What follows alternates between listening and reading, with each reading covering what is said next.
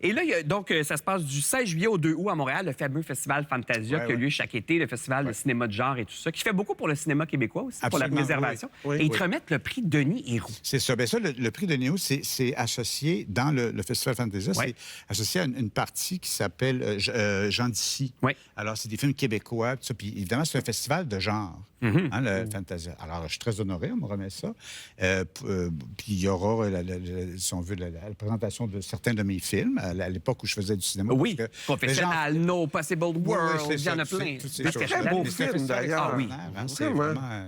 T'as pas envie, des fois, d'en refaire, du cinéma? Pas vraiment. Ben, je suis occupé d'autre chose. C'est ben, je le sais bien. Il construit une ville depuis 2005.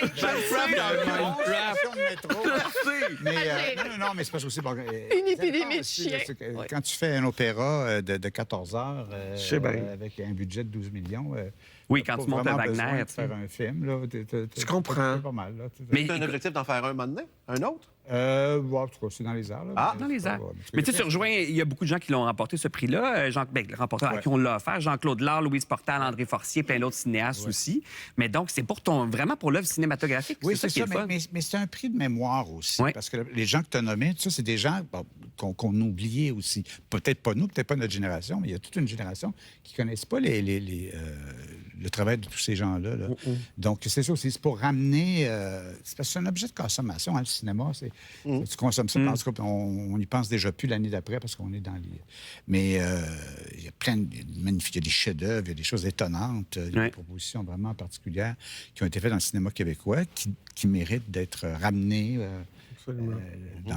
J'ai jasé tantôt avec Marc, qui travaille qui est un des cerveaux du cinéma du Festival Fantasia, qui me disait qu'il a une copie 35 mm du Confessionnal, le premier film de Robert Lepage, que moi j'ai vu quand j'étais en cinéma, puis je capotais.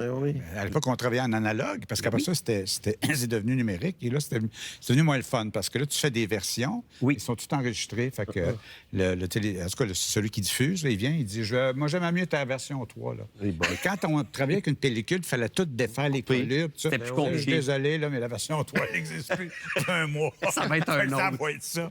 Mais là, après ça, ben là, ce qui fait que ça a donné le contrôle beaucoup plus aux diffuseurs et aux producteurs qu'aux Incroyable. Mais j'invite les gens à faire un tour au Festival Fantasia. Si vous voulez de l'ambiance. C'est incroyable. Je ne sais pas si c'est encore le cas, mais ça a longtemps été le festival au Québec qui remplissait le plus ses salles. C'est toujours plein. Puis il n'y a pas juste du cinéma d'horreur, du cinéma d'action, des classiques du cinéma québécois et tout ça. C'est en juillet. Le problème d'infiltration avait été lancé là, à Fantasia. Exactement, oui, je me souviens très bien.